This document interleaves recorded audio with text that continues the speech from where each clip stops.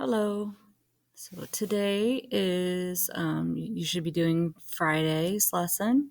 So your start the day with your word of the day, which is agricultural revolution. So you should already know a little bit about this based on what you did a couple of days ago. So you should find this in your glossary, page 32, 33. Locate that word in your glossary and define it. Draw a picture. Give yourself a couple minutes to do that. When you are finished with that, you are going to watch the National Chicken Soup for the Soul Day. Got you a video there for that. We're going to do the elaborate portion in your science binder, which is on page 11. Couple things with that. Now that we understand a little bit about what's causing population growth, we're going to make some projections. Okay.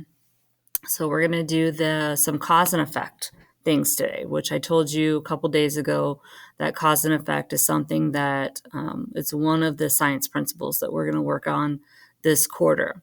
So some cause and effect activities. This is something that we are going to, I just kind of created a flow chart to think about what resources might we run out of if the population continues to grow. So one thing we could think about would be good air quality.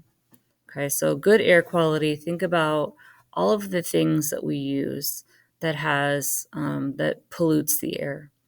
So we already have some pretty bad air quality in places around the world that have a lot of people.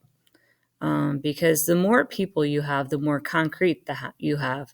And the more concrete you have, the less trees you have, right?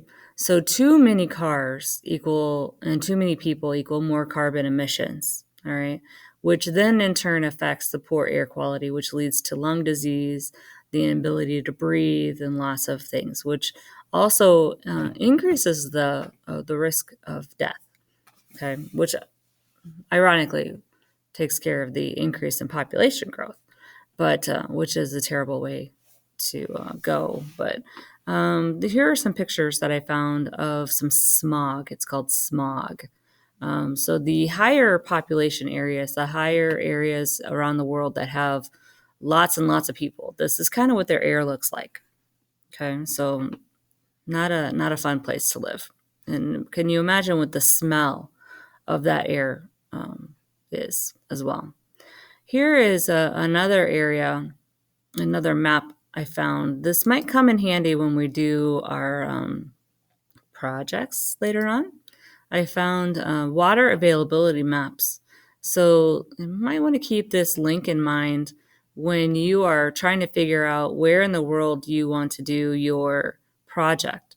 So these are some areas in the world that have some water, fresh water availability. If you look, the scarcity of water are those orange places. So those orange places on the map, those are places that don't have a lot of fresh water. And those blue places on the map, they have lots and lots of fresh water. So I'm going to say that you're probably not going to do your project in those areas. Okay. So we're going to focus on these orange and yellow areas for your project. So just keep that in mind when you are looking at that. Okay. So just another little helpful hint for you. So think about other resources, other natural resources that we have in the world that we kind of need. So think about when one event causes another thing to happen, that's cause and effect. All right. So we're going to practice that a little bit. So what I want you to do, maybe with a group or an individual, or go ahead and click on this link here. And that's going to take you to a Google drawing. Now, we might all do this together, depending on the teacher that's in there with you. You could do it all together, or you could just make a copy and do it as a group. But what is the cause? So say, for example, we lose our trees, okay, or anything else for that matter. But if we have trees, what is the cause if our trees go away?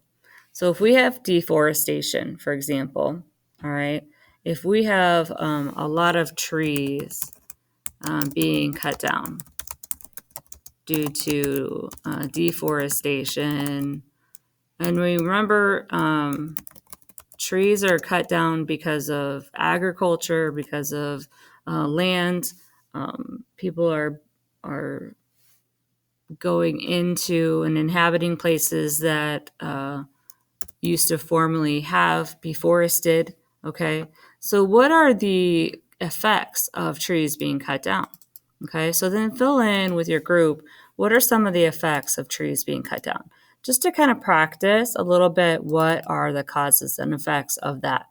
Okay, so one effect would be definitely if you don't have trees, then you don't have something that's going to soak up, um, don't have the resource to soak up carbon dioxide, right? We learned that in our first unit. So trees also give off oxygen, okay, clean air. It soaks up that carbon dioxide. So when you look at that picture of this smog, okay, so if you look at this picture, what's missing in these pictures is trees. Okay. So that would take a lot of trees to clean up that air, but trees would really combat that. Okay. So what I want you to do is kind of just practice cause and effect. If you don't want to do, you could do trees, you could do something else, but think about the natural resource. And if it were gone, what would happen? What would the effect of that be? Okay, so once you have that, then take that information onto page 11 in your science binder. And now that you know, answer these questions.